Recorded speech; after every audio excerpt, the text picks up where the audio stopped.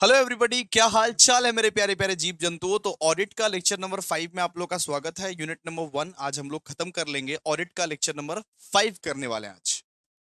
Question number 15 तक हमने done कर लिया था कि क्या होता है इंटरनल ऑडिट, क्या होता है independent financial audit. Internal audit का मतलब जब आप अपने ऑर्गेनाइजेशंस के भीतर आपके एम्प्लॉयज ही पूरा का पूरा ऑर्गेनाइजेशंस का जब ऑडिट करते हैं उसको बोलते हैं इंटरनल ऑडिट।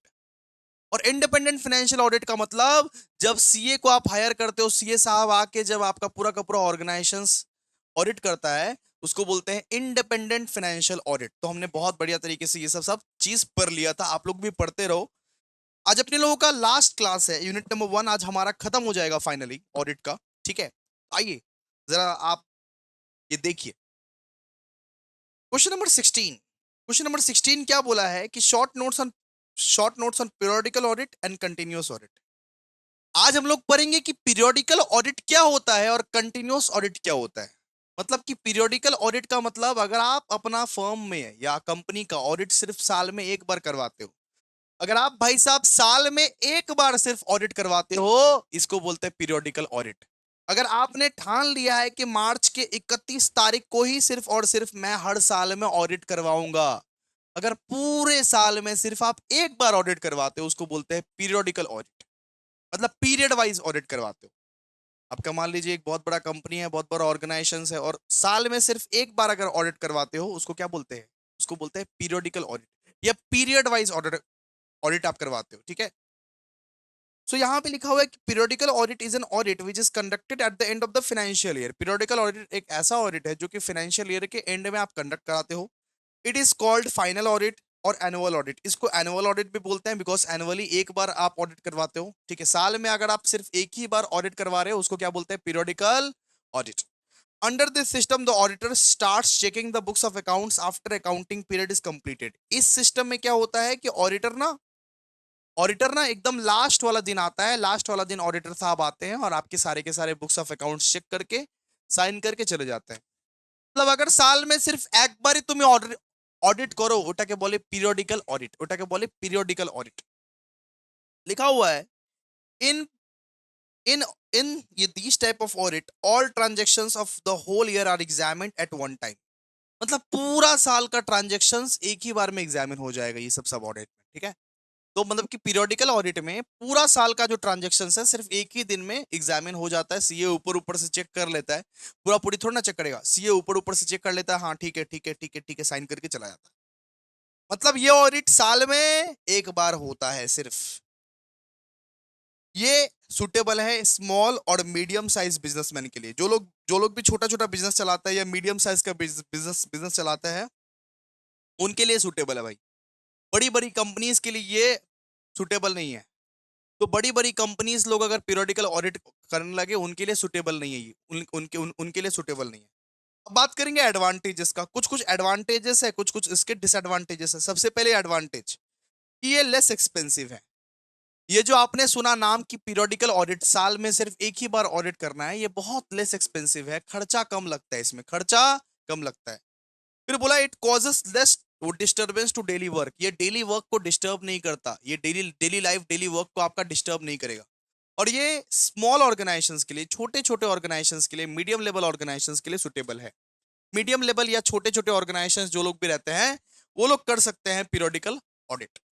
अब बात करेंगे कि इसका डीमेरिट्स क्या है, मतलब कि पीरियोडिकल ऑडिट्स का क्या क्या डीमेरिट्स है। तो यहाँ पे इसका डिसएडवांटेजेस है कि अगर आप पीरियोडिकल ऑडिट करते हो तो बहुत सारी गलतियां, बहुत सारी फ्रॉड्स होने के चक्कर है। साल में हमेशा हमें बार बार करके ऑडिट करते रहना चाहिए। साल में सिर्फ एक ही बार अगर ऑडिट करोगे तो बहुत सारे एरर्स हो सकते हैं, बहुत सारे फ्रॉड्स हो सकते हैं। एरर्स भी हो सकते हैं, फ्रॉड्स भी हो सकते हैं और हेवी वर्कलोड आएगा तुम्हारे अंदर। तो there is a heavy workload at the end of the year, ठीक है। And delay in the finalisation of the accounts में होकर, मतलब कि आप आप अकाउंट्स भी नहीं बना पाओगे, आप अकाउंट्स का फाइनलाइजेशन भी नहीं कर पाओगे, बहुत सारा प्रॉब्लम्स आता है। तो हर एक कंपनी को यहाँ पे ये बोला गया है कि पीरियोडिकल ऑडिट करते रहना चाहिए। साल में कम से कम 4-5 बार 6 बार ऑडिट करते रहना चाहिए। साल में सिर्फ आप एक ही बार ऑडिट करते हो, अगर आप पीरियोडिकल ऑडिट करते हो साल में, तो इससे क्या होता है, इससे बेटा एरर्स हो सकते हैं, फ्रॉड्स हो सकते हैं बहुत सारा, ठीक है। अब कंटिन्यूअस ऑडिट का मतलब क्या होता है। कुछ कुछ ऑर्गेनाइजेशंस, कुछ कुछ कंपनीज क्या करती है, साल में पूरा का पूरा कंटिन्यू वे में ऑडिट करती रहती है, करती रहती है, करती रहती है। मान लीजिए हर महीने ऑडिट ऑडिट कर रहे हैं, पूरा पूरा साल में 12 बार, 15 बार, 20 बार ऑडिट करते रहते, करते रहते, करते रहते। ठीक है, मतलब कि थोड़ा थोड़ा थोड़ा थोड़ा करके करते रहो। ये एक्सपेंसिव है, ये एक्सपेंसिव है। पूरा साल ऑडिट चलता है। किसी किसी कंपनी का देखोगे पूरा साल ऑडिट चलता है, उसको बोलते हैं अपने लोग कंटिन्यूअस ऑडिट। ठीक है, तो continuous audit is an audit which is conducted through out the year. जो पूरा साल ऑडिट चलता है, रेगुलर इंटरवल पे ऑडिट चलता है, उसको बोलते हैं अपने लोग कंटिन्यूअस ऑडिट। इसमें क्या होता है, इसमें ऑडिटर आता है, पूरा पूरा साल आपका ट्रांजेक्शन चेक करता रहता है। पूरा साल ऑडिटर ऑडिटर को आपने अपॉइंट करके रखा है, पूरा साल। ठीक है, ये वहां पे सुटेबल है, ये उस ऑर्गेनाइजेशन में सुटेबल है जहां पे बहुत ज्यादा ट्रांजेक्शन है, जहां पे बहुत सारा ट्रांजेक्शन है। It is generally suitable for large organisation where transaction are numerous and complex. जहां पे बहुत सारे ट्रांजेक्शन है, ये उन ऑर्गेनाइजेशन के लिए सुटेबल है। अब इसके एडवांटेजेस क्या है, इसके एडवांटेजेस यही है कि कोई भी एरर्स और फ्रॉड नहीं हो पाएगा, कोई भी आपका चूना नहीं लगा पाएगा, कोई यहाँ पे चुट्टामी नहीं कर पाएगा।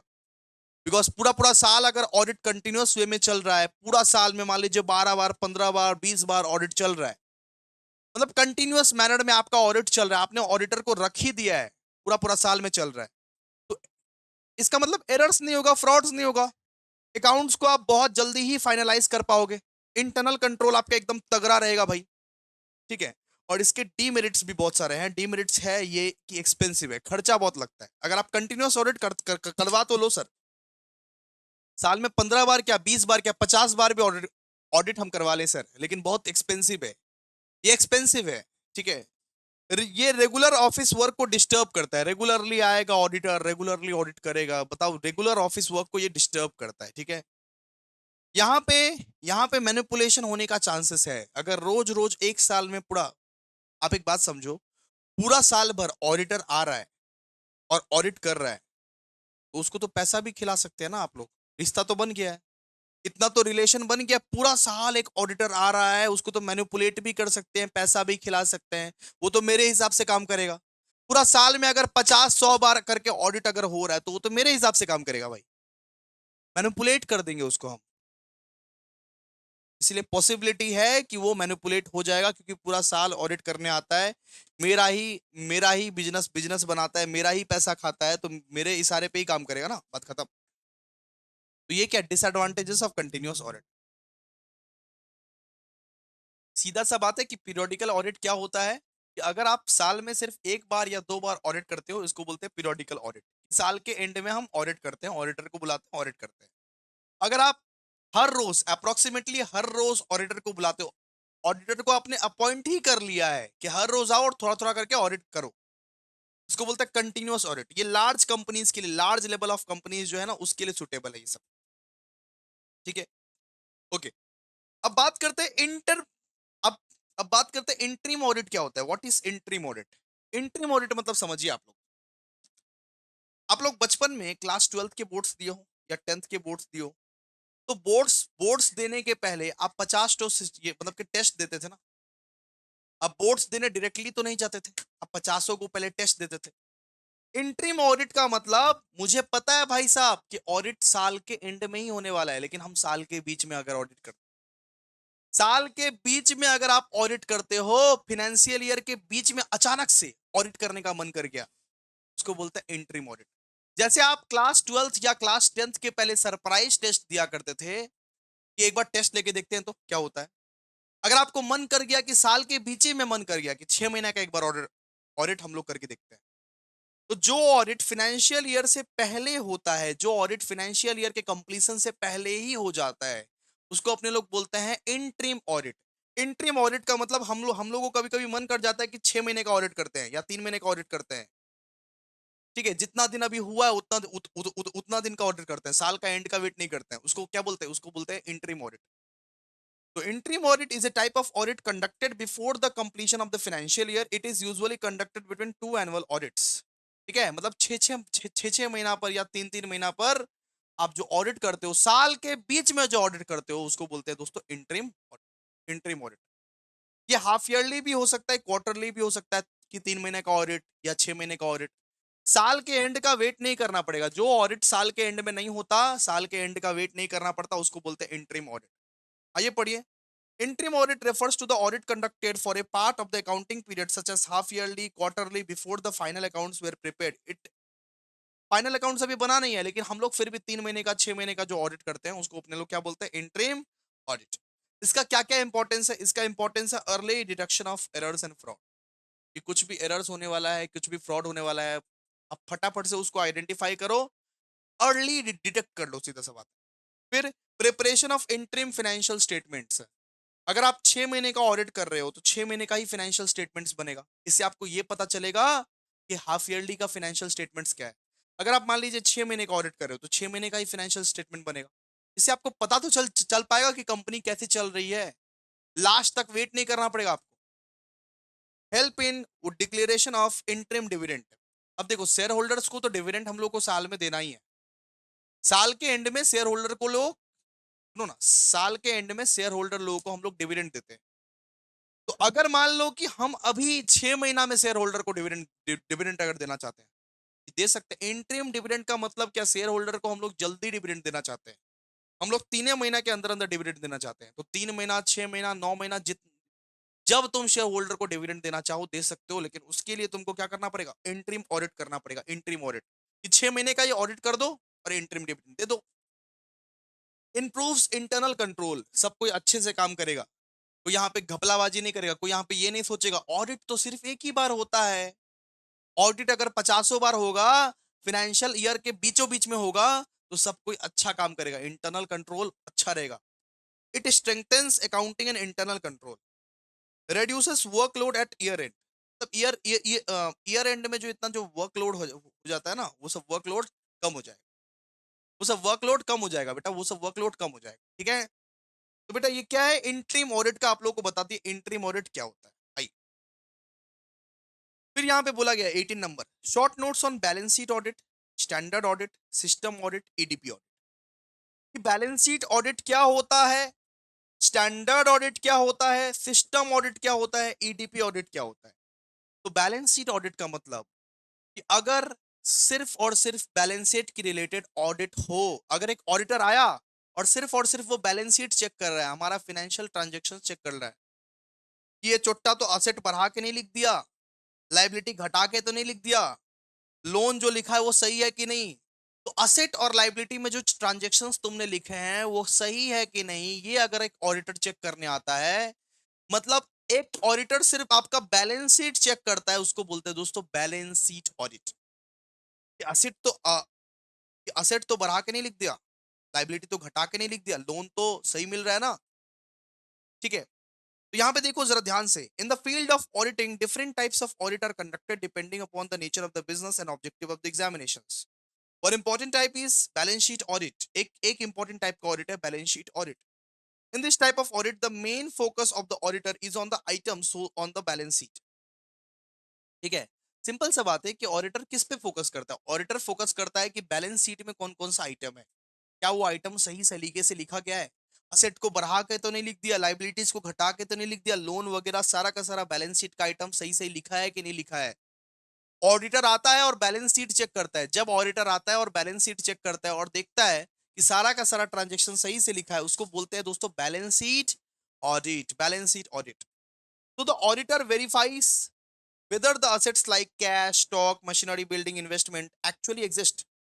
ऑडिटर आता है, ये वेरीफाई करता है ये जो लिखा हुआ है बैलेंस शीट में, जो लिखे हैं हम लोग cash, stock, machinery, building, investment, ये सब एग्जिस्ट भी करता है कि नहीं करता है, सही रेट पे लिखा गया है कि नहीं लिखा गया है, कि असेट को बढ़ा दिया गया है, लाइबिलिटीज जो लिखा हुआ है।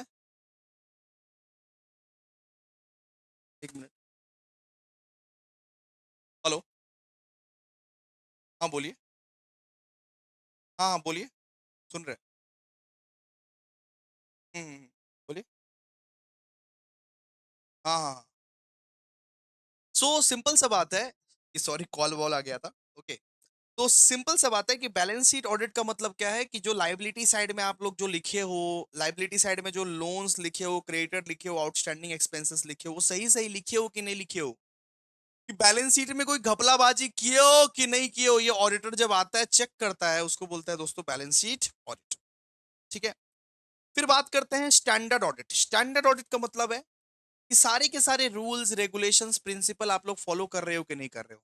एक ऑडिटर आता है जो आपके सारे के सारे रिपोर्ट्स चेक करता है, फाइनेंशियल स्टेटमेंट्स चेक करता है, मतलब ओवरऑल ऑर्गेनाइजेशन सारे के सारे रूल्स रेगुलेशन सब कुछ सही से ये काम कर रहा है कि नहीं कर रहा है, उसको बोलता है दोस्तों standard audit.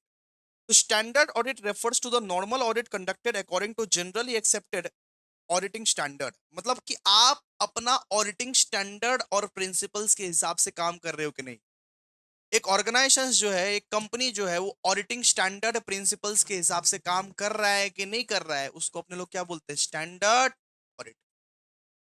In this audit, the auditor follows standard procedures such as planning, test checking, या collecting audit evidence and preparing audit report। इसमें इसमें ऑडिटर ऑडिटर क्या करता है, इसमें ऑडिटर ये प्लान करता है, फिर टेस्ट करता है कि सही सही से काम कर रहा है कि नहीं कर रहा है काम, फिर ऑडिट ऑडिट एविडेंस कलेक्ट करता है और ऑडिट रिपोर्ट प्रिपेयर करता है। सीधा सा बात है।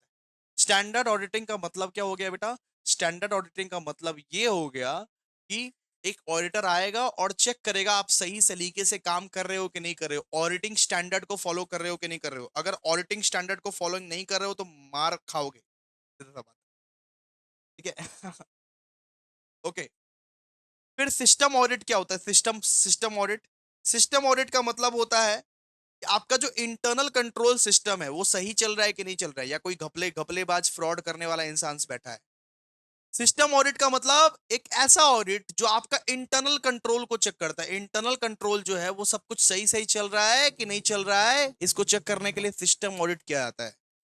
System audit is another important type of audit where the auditor examines the internal control system and accounting procedures of the organizations। मतलब कंपनी में जो अकाउंटिंग चल रहा है, इंटरनल जो एम्प्लॉयज है, फाइनेंशियल फिगर्स प्रॉपरली वो काम कर रहे हैं कि नहीं कर रहे हैं, एम्प्लॉयज वगैरह सब कुछ काम कर रहे हैं कि नहीं कर रहा है, सब कुछ एफिशिएंटली इफेक्टिवली हो रहा है कि नहीं हो रहा है, इसको बोलता है system audit.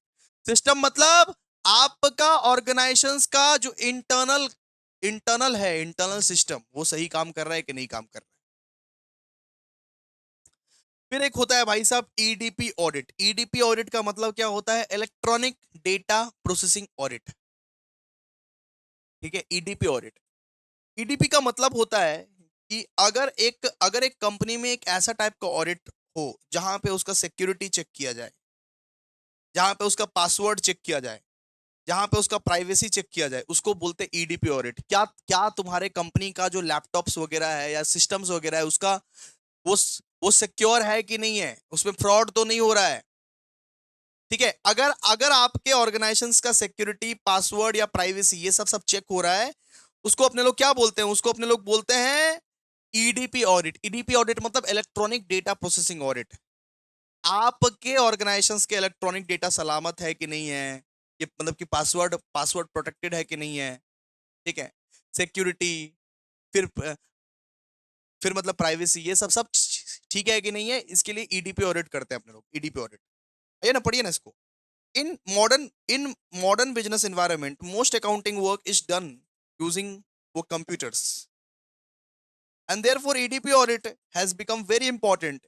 EDP audit refers to the examinations of the computer-based accounting system and an electronic record. In this type of audit, the auditor check whether computer programs are functioning correctly। मतलब सीधा सा बात है, एक auditor आता है और check करता है कि आपका सारा का सारा प्रोग्राम्स वगैरह सब कुछ सही चल रहा है कि नहीं, सिस्टम सही चल रहा है कि नहीं, हैक तो कोई नहीं कर लिया, फ्रॉड तो किसी के साथ नहीं हो गया, सिक्योरिटी प्राइवेसी ये सब जो चेक करता है ना नॉर्मली, इसको बोलते हैं ईडीपी ऑडिट। ईडीपी ऑडिट का मतलब आपके जो सिस्टम्स है, आपके जो प्रोग्राम्स है वो सही सही चल रहा है कि नहीं, कोई क्या साइबर रिस्क तो नहीं है ना, ये सब चेक करने के लिए। ठीक है, आइए। फिर बोला गया standards of auditing, define standards of auditing. जैसे देखिए, जैसे अकाउंटिंग स्टैंडर्ड होता है, जैसे अकाउंटिंग स्टैंडर्ड होता है, हर एक बिजनेसमैन को अकाउंटिंग स्टैंडर्ड फॉलो करना पड़ता है। कोई भी बिजनेसमैन अगर अकाउंटिंग स्टैंडर्ड के हिसाब से अकाउंट्स नहीं करेगा तो वो नॉर्मली पेनाल्टी पेनाल्टी भरेगा या फाइंस फाइंस भरेगा। तो वैसे ही स्टैंडर्ड्स और ऑडिटिंग होता है। तो स्टैंडर्ड्स और ऑडिटिंग ये बोलता है कि ऑडिट करने के कुछ नियम है, कुछ प्रिंसिपल्स है, कुछ कायदे हैं, उस प्रिंसिपल्स उस नियम को तुम फॉलो करो। लिखा हुआ है डिफाइन स्टैंडर्ड्स ऑन ऑडिटिंग। इसका इसका मतलब क्या हो गया? इसका मतलब हो गया कि ऑडिट करने के कुछ प्रिंसिपल्स, रूल्स एंड रेगुलेशंस है भाई साहब। उस रूल्स एंड रेगुलेशंस को मानो, अच्छे से ऑडिट करो। In order to maintain uniformity and quality in audit work, certain professional guidelines are issued to auditor. कुछ कुछ guidelines है, कुछ कुछ standards है जो कि auditors को मानने पड़ते हैं। तो these guidelines are known as standards on auditing. इसको अपने लोग क्या बोलते हैं? Standards on auditing. They provides a framework for conducting audit in a proper and systematic manner. ये स्टैंडर्ड ऑन ऑडिटिंग की वजह से आप ऑडिट को बहुत बढ़िया तरीके से अच्छे वे में कंडक्ट कर सकते हो। सीधा सा बात है। जैसे अकाउंटिंग स्टैंडर्ड होता है, अकाउंटिंग स्टैंडर्ड अकाउंट्स करने का तरीका, वैसे ही आपको एक ऑडिटिंग स्टैंडर्ड भी फॉलो करना पड़ेगा। एक अच्छा ऑडिटर को एक ऑडिटिंग स्टैंडर्ड फॉलो करना पड़ता है। रूल्स है, रेगुलेशंस है। अचानक से मन किया ऑडिट कर लिए, वैसा नहीं चलता भाई। आपको ऑडिटिंग स्टैंडर्ड फॉलो करना पड़ेगा, सीधा सा बात है। ठीक है, अब बात करते हैं पर्पस कि स्टैंडर्ड ऑन ऑडिटिंग का क्या क्या पर्पस है। सबसे पहले ensures uniformity in audit work. ये ऑडिट वर्क को और ज्यादा अच्छा बनाता है, यूनिफॉर्म बनाता है, कंसिस्टेंट बनाता है। कंसिस्टेंटली सब कोई एक ही सारा का सारा ऑडिटर एक ही हिसाब से ऑडिट करे, ऐसा ये इंश्योर करता है। Improves quality of audit. Audit का जो क्वालिटी है वो और ज्यादा इनहेंस हो जाता है भाई, और ज्यादा बेहतर बेहतर क्वालिटी हो जाता है कि कोई घपला कर ही नहीं पाएगा। फिर डिफाइंस ऑडिटर रिस्पॉन्सिबिलिटी। ये जो है ना, ये जो ऑडिटिंग स्टैंडर्ड है, ये ऑडिटर का रिस्पॉन्सिबिलिटी बताती है कि एक एक ऑडिटर का क्या रिस्पॉन्सिबिलिटी है। भाई तुम्हारा ड्यूटीज क्या, रिस्पॉन्सिबिलिटी क्या? सीए बन गया मतलब ऑडिटर, आपकी क्या ड्यूटीज है, आपकी क्या रिस्पॉन्सिबिलिटीज है, ये बताती है नॉर्मली। फिर enhances credibility of financial statements. When audit are conducted as per the standards, user of financial statements have more confidence in them. ठीक है, फिर गाइडेंस इन कॉम्प्लेक्स वो सिचुएशंस, मतलब बहुत सारे जो इश्यूज होते हैं, बहुत सारे जो कॉम्प्लेक्स सिचुएशंस होते हैं, वहां पे आपको गाइडेंस मिल जाता है। फिर बोला गया है कि protects auditors from legal risk. मतलब ऑडिटर्स को जो बाद में लीगल रिस्क ये करना पड़ेगा, अगर मान लो इलीगल इलीगल तरीके से काम वाम कर दिया, नॉर्मली अगर वो फॉलो वॉलो नहीं किया, तो उसको लीगल रिस्क भी हो सकता है, ऑडिटर को जेल वेल भी जाना पड़ सकता है। सीए अगर मान लो फ्रॉड कर दिया तो जेल वेल भी जाना पड़ सकता है। तो ऑडिटर अगर स्टैंडर्ड को प्रॉपरली फॉलो करता है तो उसको जेल नहीं जाना पड़ेगा, लीगल रिस्क का सामना नहीं करना पड़ेगा। सीधा सा बात है, स्टैंडर्ड्स को करेक्टली आप लोग फॉलो कीजिए। ऑडिटिंग स्टैंडर्ड को अगर आप फॉलो करोगे, नियम कायदा कानून एकदम संभल के चलोगे, तो आपको रिग्रेट नहीं करना पड़ेगा। फिर बात है फिर बात है प्रमोट्स प्रोफेशनल डिसिप्लिन। ठीक है, standard maintain ethical and professional conduct in audit practice. Standard की वजह से एक एथिकल और प्रोफेशनल कंडक्ट आता है ऑडिट प्रैक्टिस में। ठीक है, लास्ट क्वेश्चन, लास्ट क्वेश्चन। ठीक है, लास्ट क्वेश्चन बोला गया है what are the mandatory compliance of audit. Section 143 clause 9 क्या बोलता है, सेक्शन 143 क्लॉज 10 क्या बोलता है। देखो, सेक्शन 143 क्लॉज 9 बोलता है कि हर एक कंपनी को ऑडिट करवाना बहुत ज्यादा जरूरी है, और स्टैंडर्ड ऑन ऑडिटिंग मतलब ऑडिटिंग स्टैंडर्ड्स को फॉलो करवाना बहुत ज्यादा जरूरी है। हर एक कंपनी को, हर एक ऑर्गेनाइजेशन को ऑडिटिंग स्टैंडर्ड के हिसाब से ऑडिट करवाना बहुत जरूरी है, कंपलसरी है। सेक्शन 143 क्लॉज 9 ये बोलता है कि हर एक कंपनी को ऑडिट करवाना कंपलसरी है, और ऑडिटिंग स्टैंडर्ड के हिसाब से ही होना चाहिए audit. Section 143 clause 9 states that every auditor shall comply with the standard on auditing while performing audit of the company. This means it is not optional. ये optional नहीं है, ये compulsory है। Section 143 clause 9 बोलता है कि ऑडिट करवाना compulsory है, और ऑडिटिंग स्टैंडर्ड को भी फॉलो करना कंपलसरी है। ठीक है, फिर बात करते हैं सेक्शन 143 क्लॉज 10। सेक्शन 143 क्लॉज 10 ये क्या बोलता है कि ऑडिटिंग स्टैंडर्ड कौन बनाता है। सेक्शन 143 क्लॉज 10 बोलता है कि ऑडिटिंग स्टैंडर्ड कौन बनाता है। तो ऑडिटिंग स्टैंडर्ड जो है बाबूजी, एक आईसीएआई बनाता है, ICAI institute of Charter Accountant of India. Auditing standard को बनाता है institute of Charter Accountant of India. Section 143 clause 10 provides the standard on auditing shall be prescribed by the central government in consultation with the Institute of Charter Accountant of India।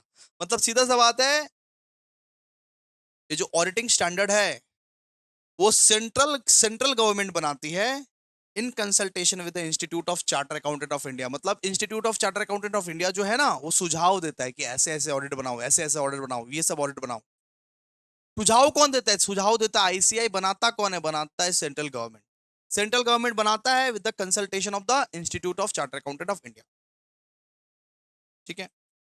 फिर बोला गया है कि mandatory कहां कहां requirement है audit, audit मतलब कि करवाना, ऑडिट करवाना मैंडेटरी किस किस जगह रिक्वायरमेंट है, कौन कौन सा जगह मैंडेटरी रिक्वायरमेंट है। सबसे पहले अगर आप कोई कंपनी खोल के बैठे हो तो एकदम कंपलसरी है, ऑडिट तो करना ही पड़ेगा। अगर आप कंपनी खोल के बैठे हो तो स्टैट्यूटरी ऑडिट तो आपको करना ही पड़ेगा।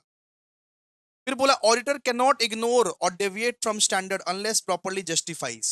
यहां पे बोल रहा है ऑडिटर हमेशा स्टैंडर्ड को फॉलो करेगा, ऑडिटिंग स्टैंडर्ड को फॉलो करेगा। अगर ऑडिटर ऑडिटिंग स्टैंडर्ड को फॉलो नहीं करता है वो जस्टिफाइड नहीं है भाई, फिर ना चोलवे। ऑडिटर को ऑडिटिंग स्टैंडर्ड को फॉलो करना पड़ेगा। फिर legal consequences for non non compliance, legal consequences for non compliance. अगर आप स्टैट्यूटरी ऑडिट फॉलो नहीं किए, अगर कोई ऑडिटर ऐसा है जो स्टैंडर्ड ऑन ऑडिट फॉलो नहीं किया, ऑडिटिंग स्टैंडर्ड फॉलो नहीं किया, उसको एक्शन उस पे भैया पेनाल्टीज लग सकती है, उस पे एक्शंस लग सकती है। ठीक है। फिर इंश्योर्स हाई क्वालिटी ऑडिट। ठीक है। तो सिंपल सा बात है कि अगर ऑडिट करना कंपलसरी हो जाएगा तो सब कोई हाई क्वालिटी ऑडिट करेगा, सब कोई अच्छे से ऑडिट करेगा, कोई फ्रॉड बाजी नहीं करेगा। नॉर्मली सबके लिए ऑडिट करवाना कंपलसरी है। ऑडिट जो है कंपलसरी है। अगर आपका कंपनी है ना, अगर आपका कंपनी है ऑडिट करवाना कंपलसरी है, सीधा सा बात है। ठीक है। तो यूनिट नंबर 1 बहुत अच्छे से कंप्लीट कर लिया। आई होप आप लोग पढ़ लिए होंगे और पढ़ते रहिए भाई, पढ़ते रहिए। अगले दिन मिलेंगे यूनिट नंबर 2 में। Thank you so much, bye bye.